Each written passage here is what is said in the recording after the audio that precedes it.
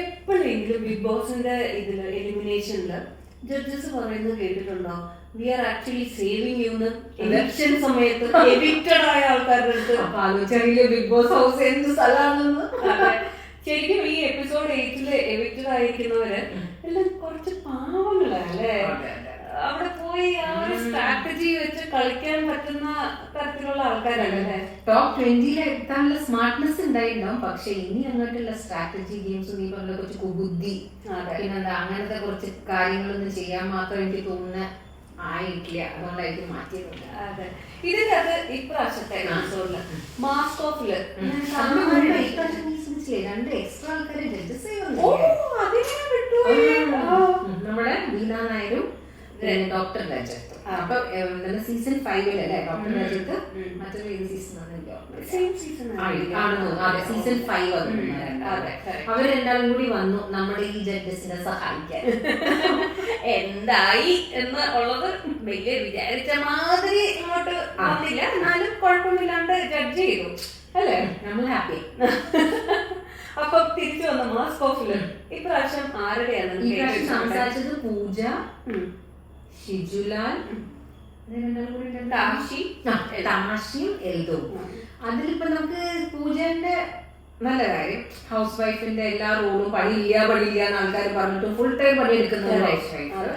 പിന്നെ മറ്റേ ഷിജുലാലിലേക്ക് ഇഷ്ടപ്പെട്ടത് സോഷ്യൽ മീഡിയ വളരെ നന്നായിട്ട് യൂസ് ചെയ്ത ഒരു കണ്ടസ്റ്റന്റ്. രജത്കുമാർ ഡോക്ടർ പറയുകയും ചെയ്തു. പിന്നെ ഒരു വ്യത്യാസമുള്ള സ്റ്റോറി ആയിരുന്നു കേട്ടോ. ഞാൻ സെൽഫിഷ്നെസ് എന്നുള്ള ടോപ്പിക് കൊടുത്തപ്പോ ഞാൻ ഇത് എന്താ പറയാൻ വരുന്നതെന്ന്. പിന്നെ ബാക്ക്ഗ്രൗണ്ട് സ്റ്റോറി കേൾക്കുമ്പോൾ അറിയുന്ന ആരെങ്കിലും സെൽഫിഷ് ആയി പോവില്ലേ? അല്ല, ഞാൻ ചോദിക്കുന്നത് ശരി, ആ ഒരു ഗേൾ ഫ്രണ്ട് മൂവ് ഓൺ ചെയ്യാൻ ആഗ്രഹിക്കുമ്പോ മരിച്ചു, ആക്സിഡന്റിൽ മരിച്ചു എന്ന് പറഞ്ഞിട്ട് ഈ കുട്ടിയും സൂയിസൈഡ് ചെയ്തിരുന്നെങ്കിലോ? Because he already said that അത്രയും ഇൻവെസ്റ്റഡ് ആയിരുന്നു ആ റിലേഷൻഷിപ്പില് 3 to 5 years അങ്ങനെങ്ങാണ്ട് ആ റിലേഷൻഷിപ്പ് ഉണ്ടായിരുന്നു എന്നൊക്കെ പറയുമ്പോ അത്രയും ഇൻവെസ്റ്റഡ് ആയിട്ടുള്ള ഒരാള് പെട്ടെന്ന് എന്റെ ഗേൾ ഫ്രണ്ട് ആക്സിഡന്റിൽ മരിച്ചു എന്ന് കേൾക്കുമ്പോ നമുക്ക് ആ ഒരു ഷോക്ക്, ഒരു വലിയ ഷോക്കല്ലേ. വലിയ റിസ്ക് ആ കുട്ടി എടുത്ത ആ പെൺകുട്ടി ആരായാലും ശരി. അതാ, അങ്ങനെയൊക്കെ ഒരാളുടെ ജീവിതം വെച്ച് കളിക്കാവോ അല്ലേ? തെറ്റാണ്.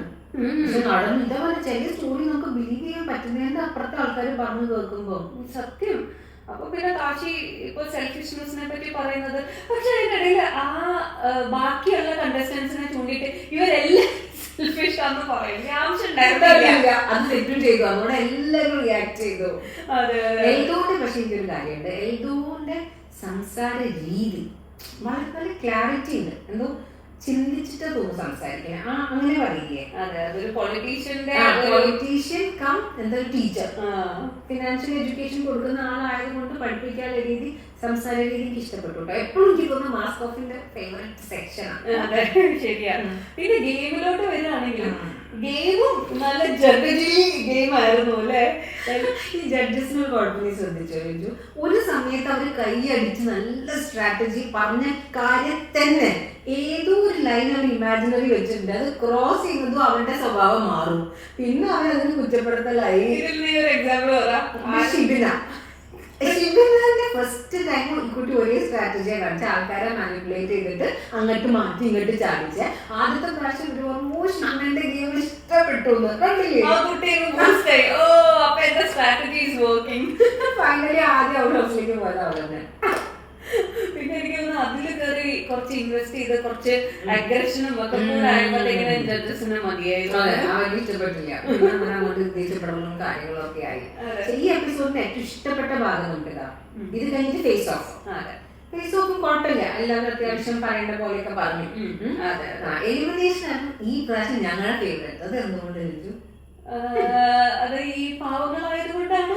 ആക്ച്വലി നല്ല ഡിഗ്നിഫൈഡ് ആൾക്കാർ അതിൽ രണ്ടാൾക്കാർ ഞങ്ങൾക്ക് രണ്ടാൾക്കും ഭയങ്കര ഇഷ്ടപ്പെട്ടു, പാർവതിയും രചനയും. അതും ജഡ്ജസും അവർക്ക് ഫുൾ റെസ്പെക്ട് കൊടുത്തിട്ടാണ്. പ്രവീൺ, ഷിൻജൻ വളരെ നല്ല മനുഷ്യര്, പാർവതി, രചന, നാലാളും എനിക്ക് തോന്നുന്നത് ബിഗ് ബോസിന് ഫിറ്റ് അല്ല എന്ന് പറയുമ്പോൾ എനിക്കൊരു കാര്യമുണ്ട്, നമുക്കൊക്കെ അവരെ ഫ്രണ്ട് ആക്കാൻ പറ്റും തോന്നുന്നു. കറക്റ്റ് അല്ലേ? നല്ല മനുഷ്യര്, ആവശ്യത്തിന് സാമർത്ഥ്യം പ്രാപ്തിയും എല്ലാം ഉള്ളവര്, പക്ഷെ ഒരു ലെവല് വിട്ടിട്ട് അവർക്ക് കളിക്കാൻ പറ്റില്ല. അതെ, ഈ കുതന്ത്രം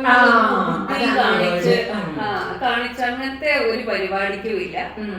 എന്നാൽ സ്മാർട്ടാണ്. അപ്പൊ അവരെ എലിമിനേറ്റ് ചെയ്യുമ്പോൾ ഇതൊരു അവാർഡ് കൊടുത്തിട്ട് എവിക്ട് ചെയ്യുന്ന പോലെ ജഡ്ജസും ഇപ്രാവശ്യം പറഞ്ഞത് അല്ലേ, നിങ്ങൾ കളിച്ചത് പോരാന്നോ, നിങ്ങളെ ഞങ്ങൾ മനസ്സിലാക്കിയില്ലെന്ന് ഒന്നുമല്ല പറഞ്ഞത്. ഈ എലിമിനേഷൻ ഇഷ്ടപ്പെട്ടു. അതിൽ ഇപ്രാവശ്യം ഞങ്ങളുടെ രണ്ടാളുടെയും ഫേവറേറ്റ് റച്ചനെയും പാർവതിയും. So proud of you. Thanks for watching Echoes of a with Raman.